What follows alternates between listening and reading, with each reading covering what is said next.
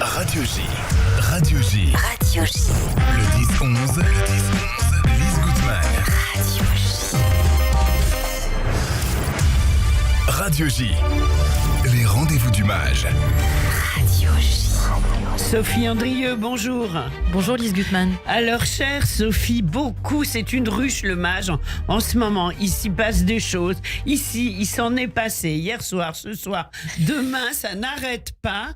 Et je vous laisse nous en parler. Alors, on voudrait quand même revenir sur le spectacle Tailleur, qui a donc eu lieu hier soir à guichet fermé et qui était exceptionnel. Oui, tout à fait, Lise, devant une salle comble. Donc, on a pu découvrir une création originale de Jessica Bonamy, qui est danseuse et chorégraphe, qui avait déjà donné une représentation de son précédent spectacle Tam, Hommage.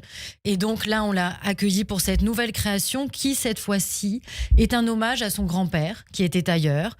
Est une histoire de transmission, de mémoire, qui raconte ou qui fait un lien entre le geste chorégraphique et le geste artisanal aussi du tailleur.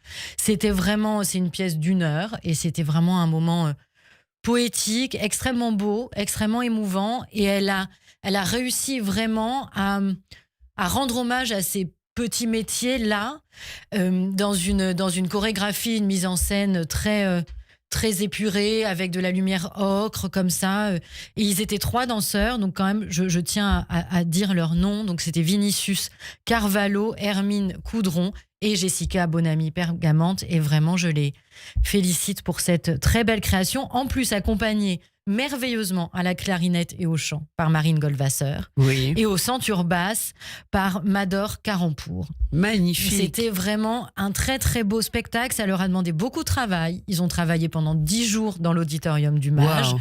On avait mis la scène à leur disposition. Donc surtout, s'il y a des programmateurs qui nous écoutent, regardez, foncez, programmez-les. C'est un très très beau spectacle. Magnifique. Donc vraiment, bravo, et puis bravo à tous les protagonistes.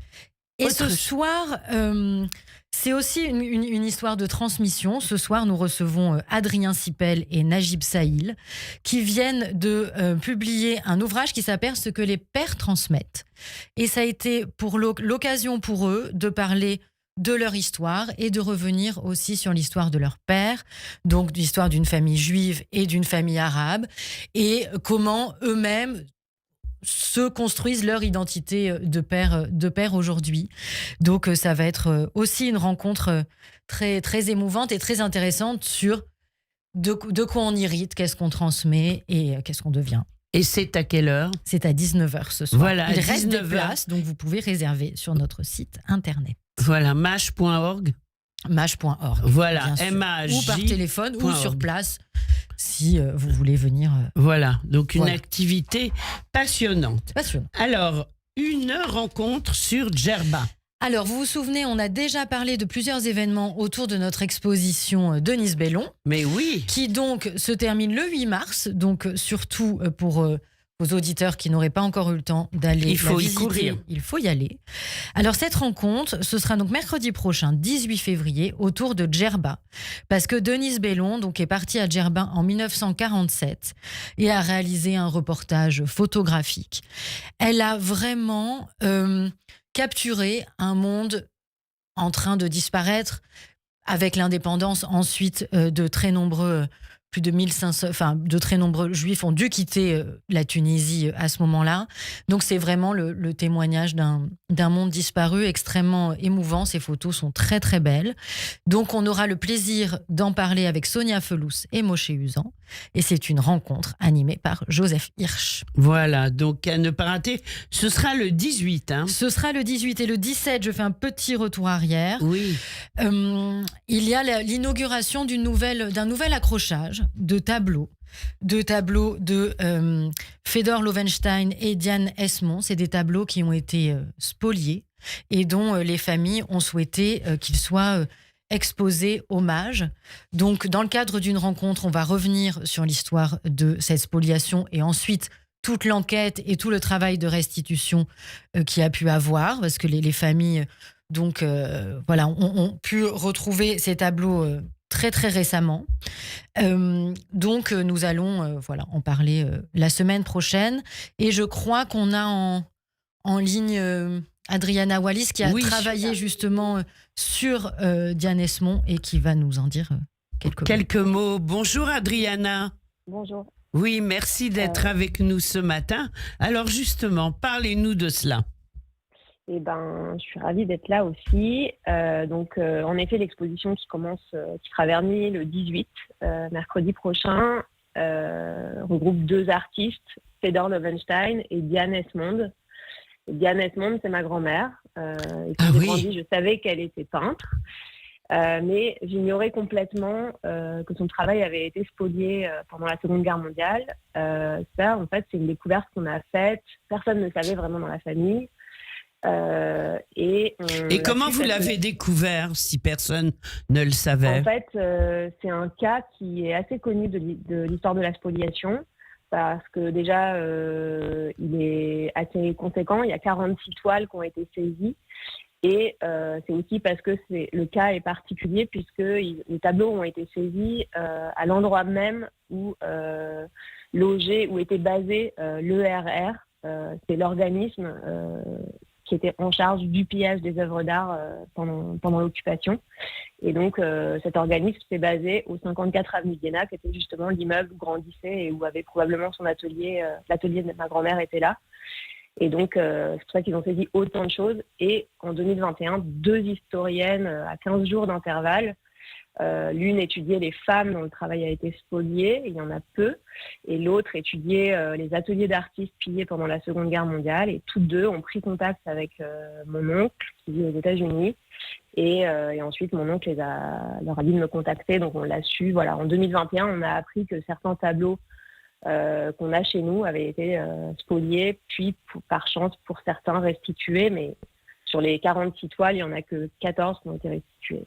Et c'est pour cela que vous avez eu à cœur de faire une exposition hommage?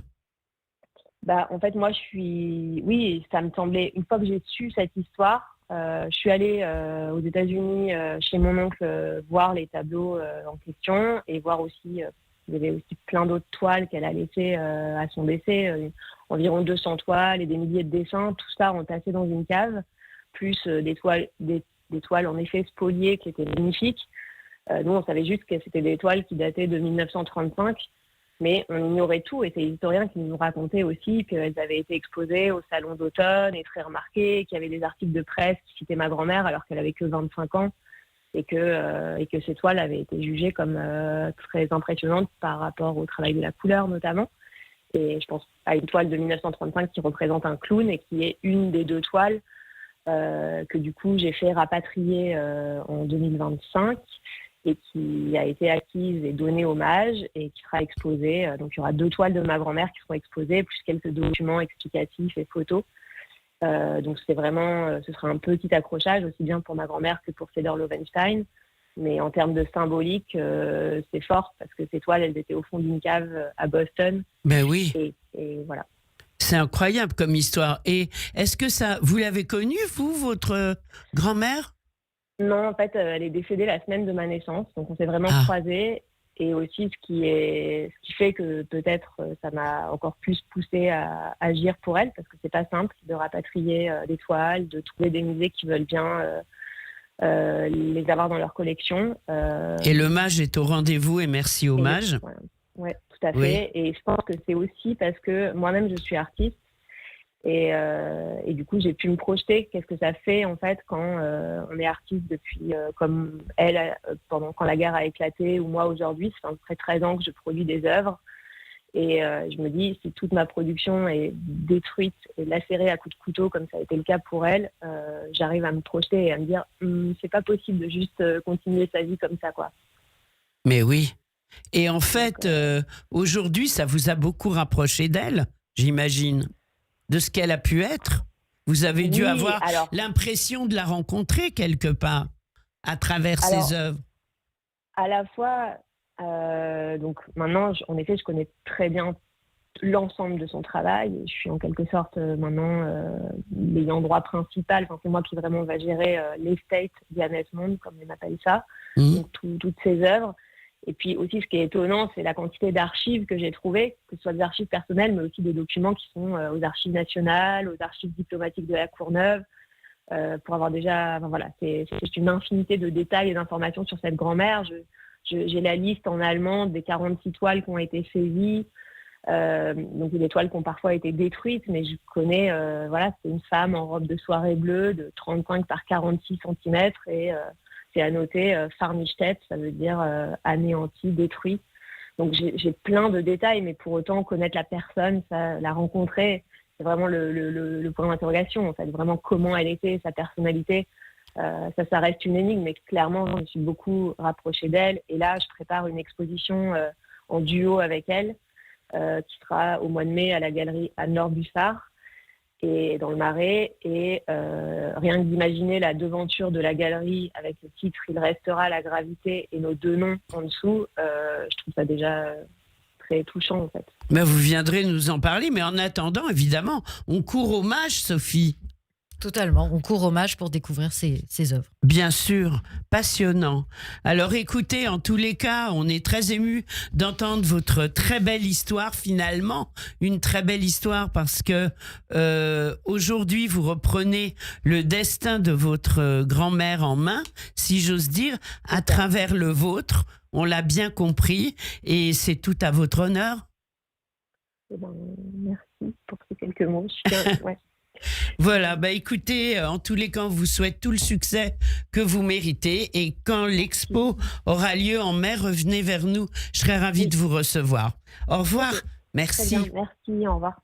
Alors, ce qui est incroyable, Sophie Andrieux, c'est justement que Hommage, on peut venir avec des histoires comme ça de familles incroyables, touchant à l'art, bien entendu, et on remet ces histoires, finalement, on les met en avant de façon à à les faire à nouveau rentrer dans l'histoire actuelle. Oui, c'est totalement au cœur de nos missions de permettre à ces histoires d'avoir une nouvelle vie, disons, et de rencontrer aussi un public, de pouvoir être racontées et de rencontrer un public. Bien sûr. Donc, itinéraire d'œuvres spoliées et ce sera donc... à partir de la semaine prochaine. À partir de la semaine prochaine. Je rappelle, Adriana Wallis, c'est la petite fille de Diane Esmond dont il est question dans l'accrochage et ses œuvres thématisent les spoliations et la mémoire, cette mémoire très présente, bien sûr, Hommage. Alors, on va maintenant parler d'une soirée importante, les Amis du Mage, le 19 février. Comment est-ce qu'on rejoint les Amis du Mage ? Alors, pour rejoindre les Amis du Mage, c'est très simple. Il suffit d'aller sur notre site internet ou sur place au musée à la billetterie et de remplir un petit coupon avec quelques informations. Oui. Et voilà. Après, vous pouvez choisir... la formule, c'est à partir de 40 € avec la carte Amis. Et déjà, avec cette carte Amis, vous avez un accès illimité aux collections et aux expositions, des réductions à la librairie et des événements gratuits à l'auditorium. Mais si en plus votre adhésion se couple avec un don, vous devenez ami, donateur, bienfaiteur ou mécène. Waouh. Mais sachez que c'est vraiment, ça nous soutient énormément. Bien sûr. Que je me permets de le redire et je l'avais déjà dit à ce micro, mais que le nombre, les amis nous permettent vraiment de faire ce que l'on fait, de donner aussi du crédit à ce que l'on fait auprès de nos tutelles. Donc c'est vraiment très important de manifester votre soutien pour vous qui nous suivez. Le message est passé. Alors, qu'est-ce qu'il va se passer le 19 février ? Alors, le 19 février, on a pris pour habitude de présenter en avant-première la saison à venir aux Amis du Mage. Voilà, c'est aussi un autre cadeau qu'on fait aux amis, c'est-à-dire que c'est l'occasion pour eux de rencontrer les équipes du Mage et surtout d'avoir une vision assez kaléidoscopique et assez large de ce qui va arriver dans les mois à venir. Donc, il y a déjà une ouverture sur les nouvelles acquisitions. Ça, c'est vraiment quelque chose qu'on ne peut découvrir qu'à ce moment-là. Que même nous, les équipes du Mage, on découvre aussi des choses et des œuvres parce que le musée ne cesse d'acquérir des œuvres tout le temps. Il y a une véritable politique d'augmentation, d'enrichissement de nos collections. Et ensuite, donc, on va vous parler des expositions en présence des commissaires évidemment des événements de l'auditorium, des événements aussi d'éducation, de médiation et des différents partenariats créés avec les autres institutions et propositions d'événements hors les murs pour les amis. Alors, qui anime cette soirée? C'est vous, chère Alors, Sophie?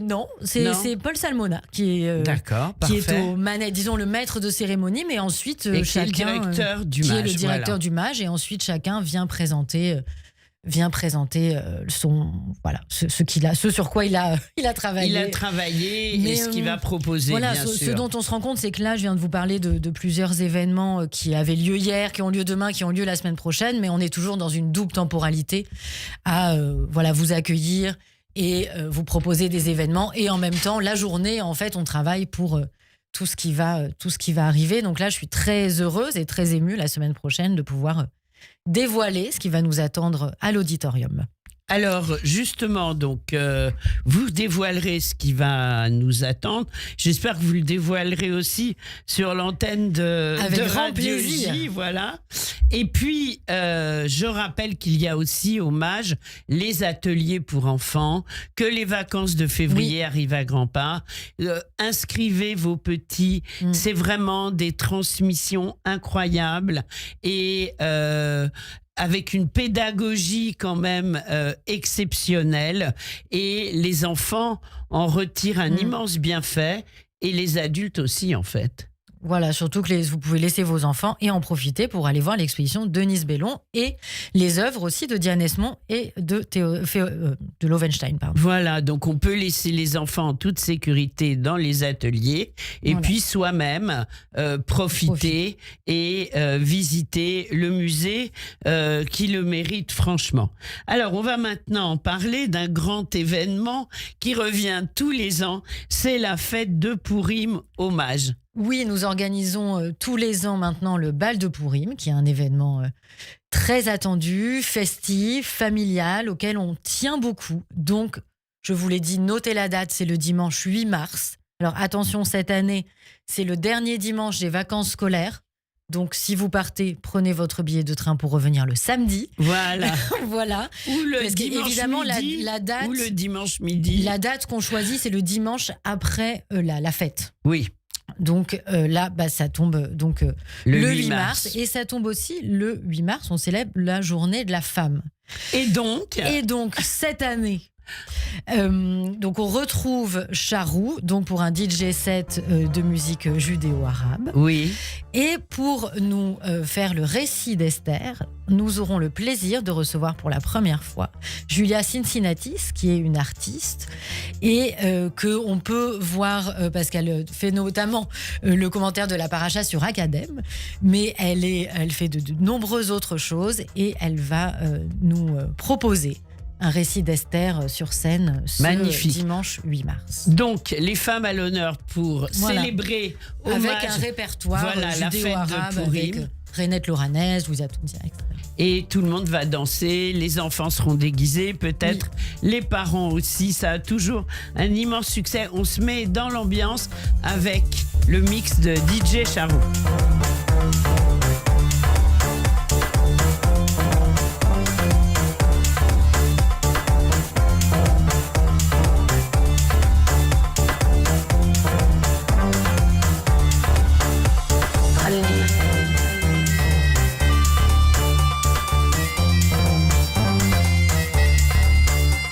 خليه يكون عبرة لمن يعتبر خليه أنا نهاري بحب كي بنتي ولا أختي تخرج في الشارع Voilà l'ambiance DJ Charou que vous retrouverez au Mage le 8 mars à partir de quelle heure? À partir de 15h. Voilà, à partir de 15h. Et donc les enfants, les parents, les grands-parents, tout le monde sera là, déguisé et prêt à danser. Ça va être superbe. Donc, merci beaucoup pour tout cela, Sophie Andrieux. On donne le site, c'est mage.org, MAJ.org. Et le téléphone, peut-être, si vous en avez un. En tous les cas, on trouve ça absolu. Voilà. Oui, non, je ne l'ai pas. Mais, Non, d'accord. 01 53 01 86. Je ne sais plus. Bon, écoutez, ce n'est pas grave. En tous les cas, on le trouve sur tous les réseaux et on C'est va, ça. hommage, on y court. Merci beaucoup d'avoir été avec nous. Et Merci, puis on Lise se Gutmann. retrouve le mois prochain avec une nouvelle actualité. Et tout de suite, comme il nous reste 2 petites minutes, on rend hommage à Mati Caspi, Eretz Tropit Yafa. Radio J.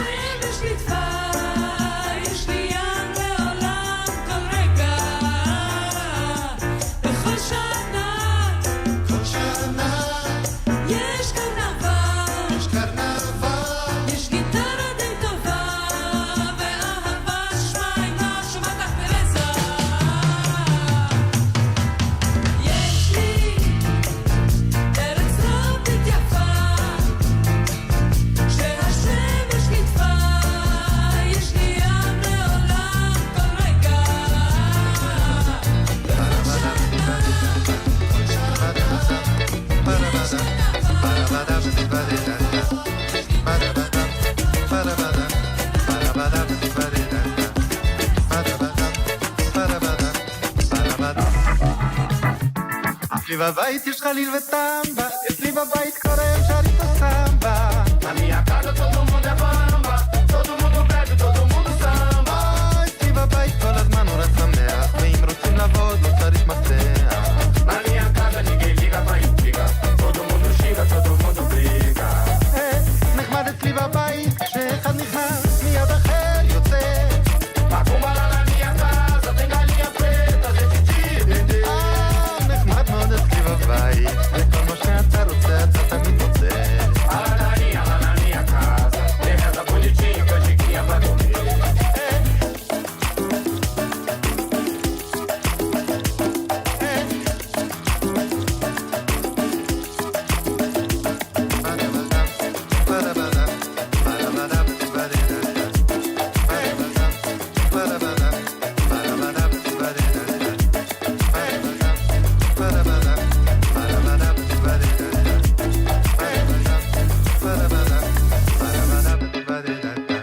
Mati Caspi sur Radio J. Mati qu'on n'a pas fini d'entendre pour notre plus grand plaisir.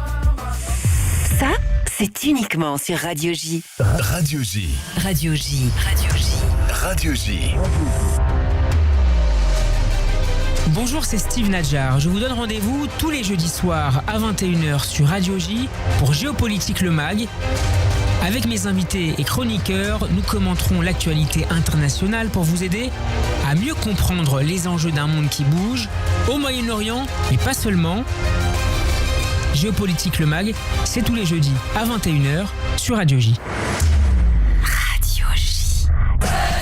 Le mercredi 18 février 2026 à 19h30, les Cuges vous convient à une grande soirée pour célébrer la mémoire et l'héritage de Rika Zaraï. Soirée exceptionnelle avec Dave, Laurence Boccolini, Ilan et Maurice Zawi. Un moment rare de transmission, de souvenirs et d'émotions avec les Cuges et Radio J, mercredi 18 février à 19h30. Réservation 01 53 20 52 52 et écuge.fr. Bonjour, c'est Philippe Lelouch. Le Magen David Adom, pour moi, c'est pas une organisation, c'est une famille. Une famille qui répond présent quand la vie vacille. Je les connais, je les ai vus agir. Ils ont besoin de nous. Aidez le MDA comme on aide les siens. Faites un don. Offrez la vie. MDA-France.org. MDA-France.org. MDA. MDA France. Association au service de la vie. Radio J. Radio J. Le 10-11. Lise Gutmann. Radio J. Merci à toutes et à tous d'avoir été fidèles au 10-11 de Radio J. À 11h sur radioj.fr et DAB+, vous retrouverez le journal de Nina Alouche. À 14h, rejoignez-nous pour le grand journal de Steve Nadjar, votre rendez-vous avec l'info en Israël, au Moyen-Orient et en France en direct sur Radio J.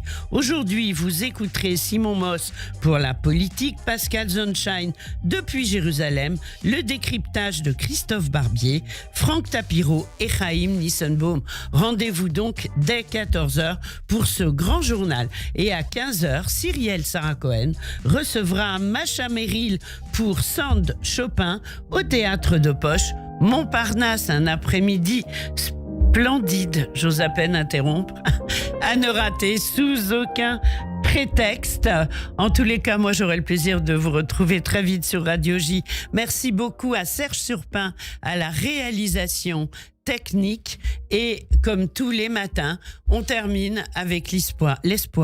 Et l'espoir, c'est Hatikva, bien sûr.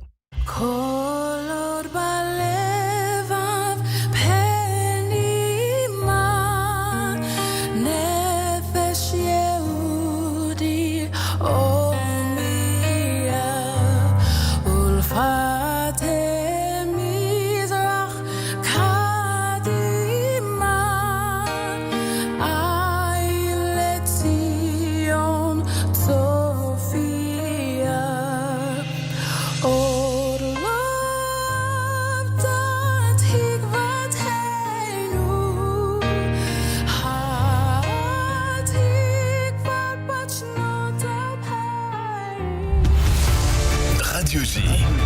Le grand journal, Steve Nadjar.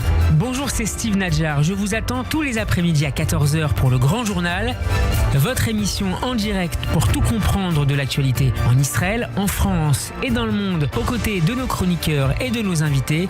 Tout ce qui compte pour vous est dans le Grand Journal. Rendez-vous à 14h. À tout à l'heure. Radio J. Radio J.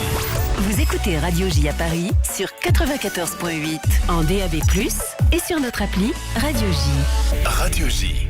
Vous écoutez Radio J. Radio J. Sur le site radioj.fr, sur la page Facebook de Radio J et sur l'appli Radio J. Radio J. Restez informés. Écoutez Radio J.